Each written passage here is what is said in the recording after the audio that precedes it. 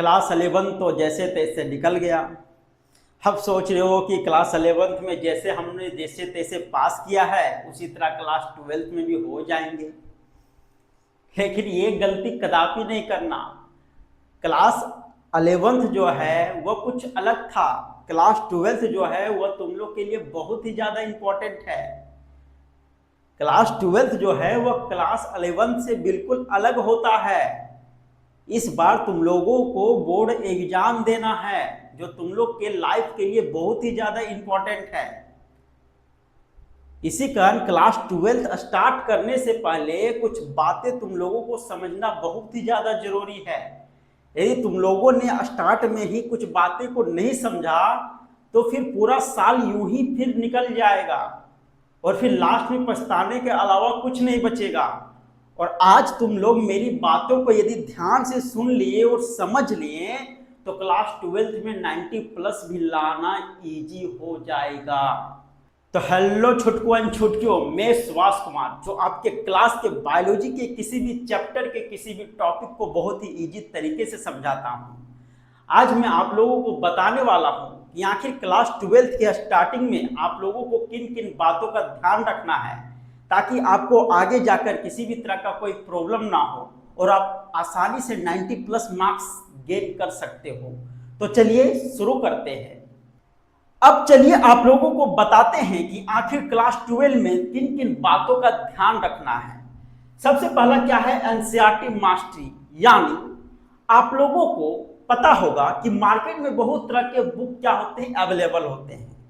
बहुत तरह के पब्लिकेशन के बुक अवेलेबल होते हैं। लेकिन आप लोगों को अपने बोर्ड एग्जाम के पर्पस से बहुत सारे बुक्स के पीछे नहीं भटकना है। आपका सबसे पहला काम होना चाहिए कि आपके पास जो एनसीईआरटी है उसी के प्रत्येक चैप्टर्स को लाइन बाय लाइन पढ़ के समझना है। उसके जितने भी कंसेप्ट हैं सारे कंसेप्ट को अच्छे से समझना है, क्योंकि आपके बोर्ड एग्जाम का जो पेपर होता है उसमें 70 to 80% जो क्वेश्चन होते हैं वो एनसीईआरटी बेस्ड पे ही होते हैं। इसी कारण एनसीईआरटी क्या है आप सभी के लिए बहुत ही ज्यादा इंपॉर्टेंट होता है। नंबर 2 यदि बात करते हैं तो कंसेप्ट प्लस डायग्राम।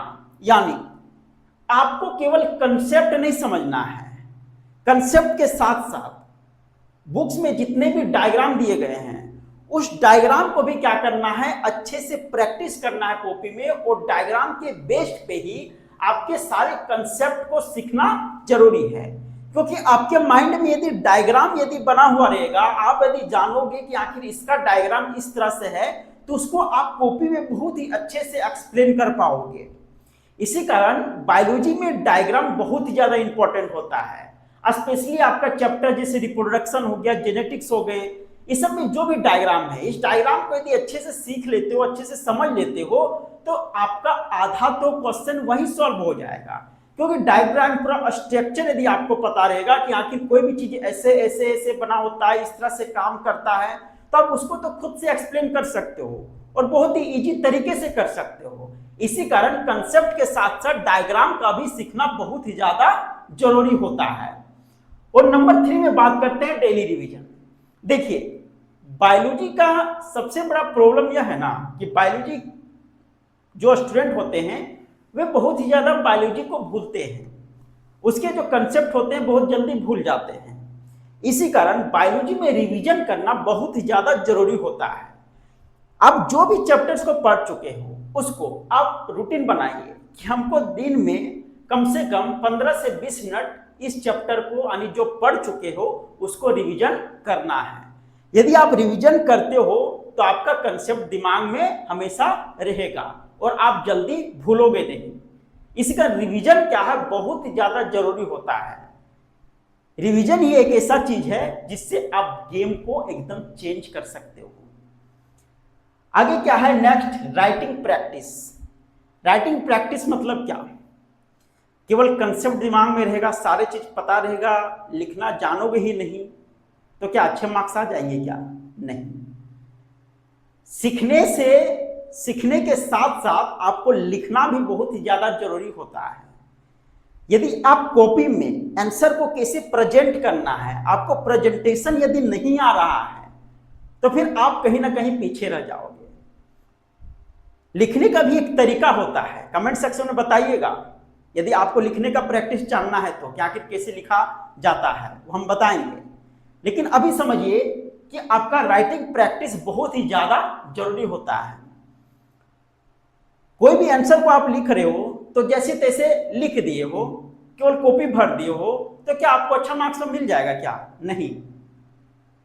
समझ लीजिए कि आपका जो कॉपी है एक दुल्हन है, अब उसको आपको कैसे सजाना है वो तो डिपेंड आप पे ना करेगा। आप जितना अच्छा से उसको सजा के लिखोगे, जितना अच्छा से उसको प्रेजेंटेशन बनाओगे, उतना अच्छा से आपको मार्क्स भी मिलेगा। इसी कारण राइटिंग प्रैक्टिस बहुत ही ज्यादा जरूरी होता है। और नेक्स्ट है आपका consistency over motivation. Motivation video देख लिए, मोटिवेट हो गए, मोटिवेशन कितना दिन रहेगा? 2 दिन से ज्यादा।